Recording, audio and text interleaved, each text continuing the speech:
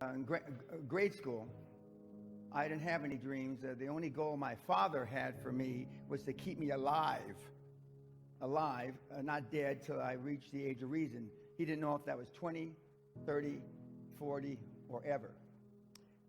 And I didn't really establish goals other than staying alive because I got in a lot of trouble. When I was in the grammar school, I tried to kill my teacher, amongst other things. I got expelled, not from the school, but from the district. They wouldn't allow me to go to school in the district. And I've been arrested and in jail 5-6 times.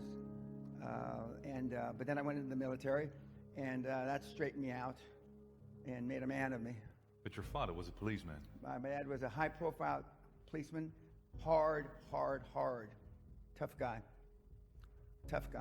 And what did you learn from him?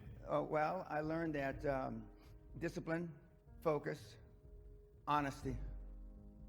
The basic rules. Yep. So there were no dreams when you were young. Mm-mm. So what did you do after school? Got in trouble. Mm-hmm. Like we all do? Yeah, got in trouble. How did you get out? Did awful things. Got in fights, beat up people, hurt people. I was very good at that. Yeah. In that sense, I was a high performer. I could really kick out of people pretty well. You were a fighter. Yeah, correct. So how did you end up in Wall Street? By the grace of God, I lived, went off to the military, entered a private, came out 4 years later, an officer, and I was getting a big award in the military. And there was a 2-star general that was pinning something on my chest, and he said, you know, if you were in the real world, Danny, that's what they used to call me, I was a lieutenant, you could probably get rich. And a light bulb went off over my head. I had never thought of that before. I didn't know how much $1 million was, except for about that same time frame. One of the other young officers inherited $1.4 million, and he was buying all the officers' drinks in the officers' club.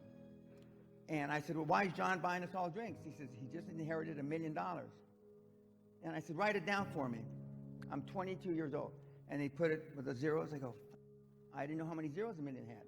And then the general said that if you went out in the real world, Dan, you could probably make a lot of money. I then, within a week, I took action. I reversed my paperwork.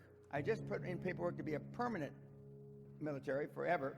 And I reversed it to get out. And I got out 5-6 months later. I came back, went back to school where I had to get special permission because I had flunked out 3 times out of university. And then I graduated ultimately with honors.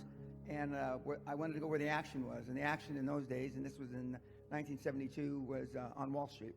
But most of you don't have, and I say generally speaking, most of you don't have faith in yourselves because you got low self-esteem, no self-confidence. You look like you dress like and you blame it on the 21st century, the reason why you dress the way you do. 25 years ago, if you come to a seminar like this, you'd all be wearing suit and tie.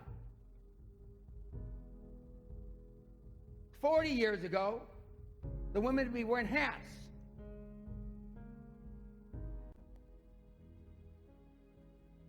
This is my uniform. I don't go to sleep like this, but I mean, this is my uniform. It has been for a long, long, long time.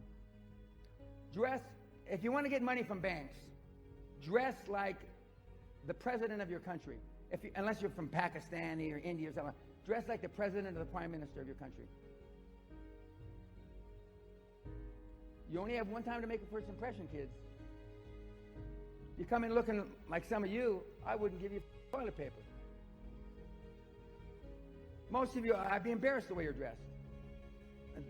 But from a guy, I was a barrio bad boy in the barrio of East Los Angeles to the Guthrie. That's a big leap. That's a big, it doesn't, I can't imagine. Well, came close last year. I was honored by the Queen of England. I am now, as they call, a member of St. John.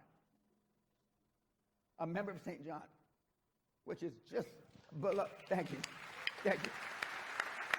And it's a derivative of the Templar, the people that supposedly took Christ's body, and, you know, the Knights of the Templar. That's what it's a derivative of.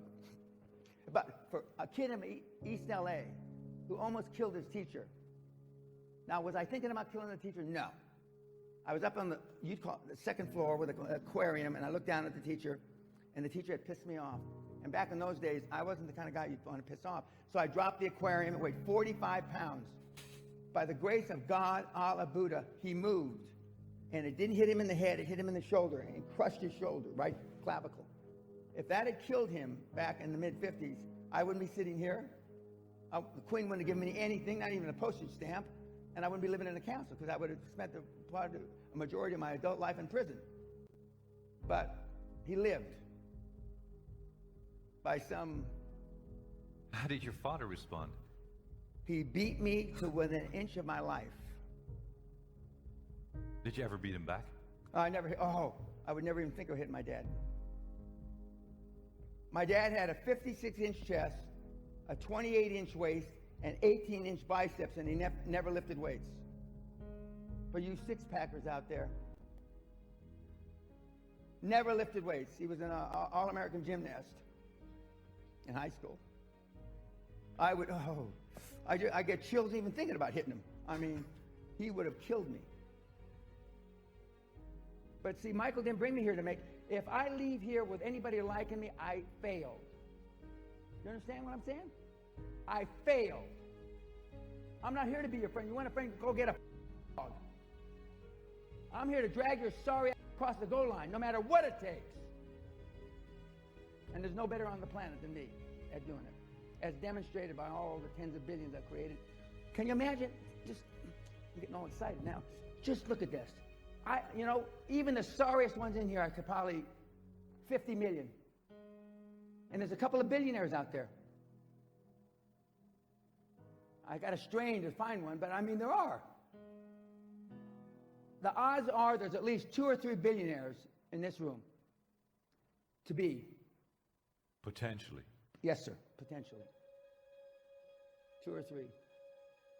But would those 2 or 3 make the sacrifices necessary? When I was... What is necessary? What is the best advice? How to do it? The best advice is find something you love. Find something that can change 1 billion lives. Zuckerberg is a classic example.